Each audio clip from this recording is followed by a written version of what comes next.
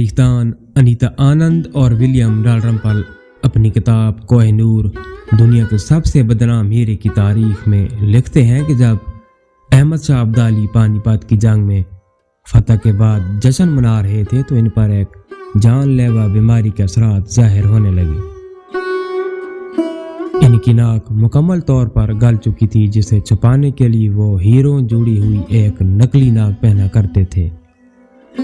بعض مورخین کے مطابق یہ بیماری السر، سیفلس، جزام یا گینگرین کی وجہ سے ہوئی تھی اور یہی آگے چل کر ان کی موت کا سبب بنی۔ جبکہ ایک اور روایت یہ بھی ہے کہ جب ابدالی نے امرتسر میں واقع ہرمندر صاحب یعنی گولڈن ٹیمپل کو بارود سے اڑانے کی کوشش کی تو ایک اینٹ آ کر ان کی ناک پر لگی اور یہی زخم بگڑ کر ان کی موت کی وجہ بنا۔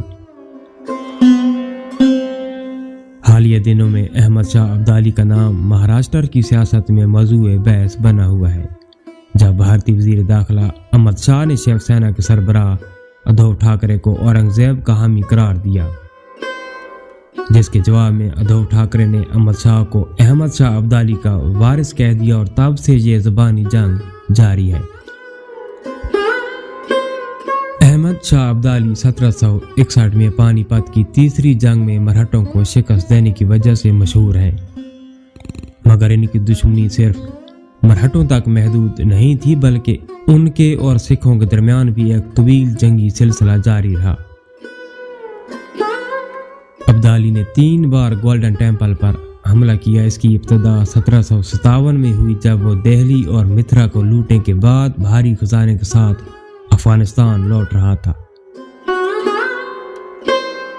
سکھوں نے امبالہ کے قریب اس کے لشکر پر حملہ کیا اور اس کا کافی مال و متاع چھین لیا۔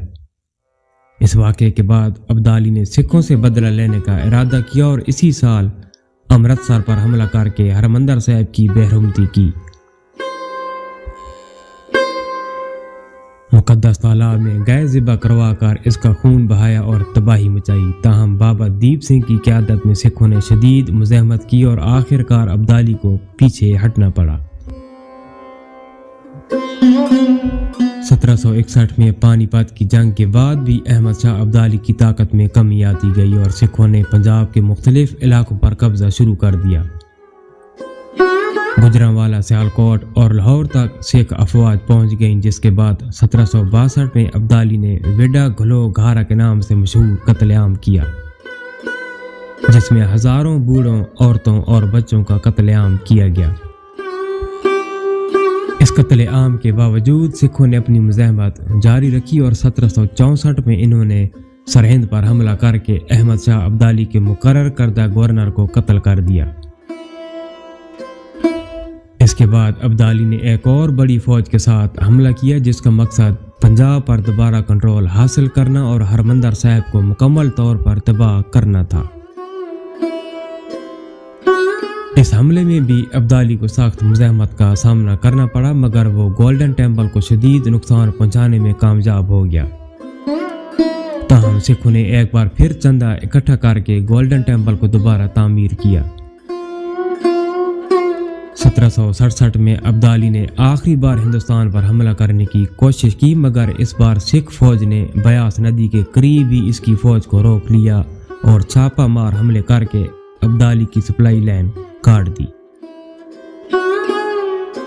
شدید دباؤ کے باعث احمد شاہ ابدالی کو واپس لوٹنا پڑا، لیکن جاتے ہوئے اس نے اپنا خزانہ جلال آباد میں چھوڑ دیا تاکہ واپسی پر لے جا سکے، مگر سکھوں نے وہ خزانہ بھی لوٹ لیا۔ اس دوران سکھوں نے پانی پت کی جنگ میں استعمال ہونے والی ابدالی کی توپیں بھی ضبط کر لیں، جو بعد میں بھانگیاں والی توپیں کہلائیں اور مہاراجہ رنجیت سنگھ نے انہیں کئی جنگوں میں استعمال کیا۔ مسلسل جنگوں کے بعد احمد شاہ ابدالی کی طاقت زوال پذیر ہونے لگی اور وہ اپنی بیماری کی وجہ سے مزید جنگیں لڑنے کے قابل نہ رہے۔ ان کی موت کے بعد افغانستان میں بھی ان کی سلطنت کمزور ہونے لگی، لیکن آج بھی افغانستان میں انہیں بابائے قوم یعنی فادر آف دا نیشن کے طور پر یاد کیا جاتا ہے۔ ناظرین، یہ تھی ہماری آج کی ویڈیو پسند آنے کی صورت میں ویڈیو کو لائک کریں اور چینل کو سبسکرائب کریں۔ ملتے ہیں اگلی ایک اور شاندار ویڈیو میں۔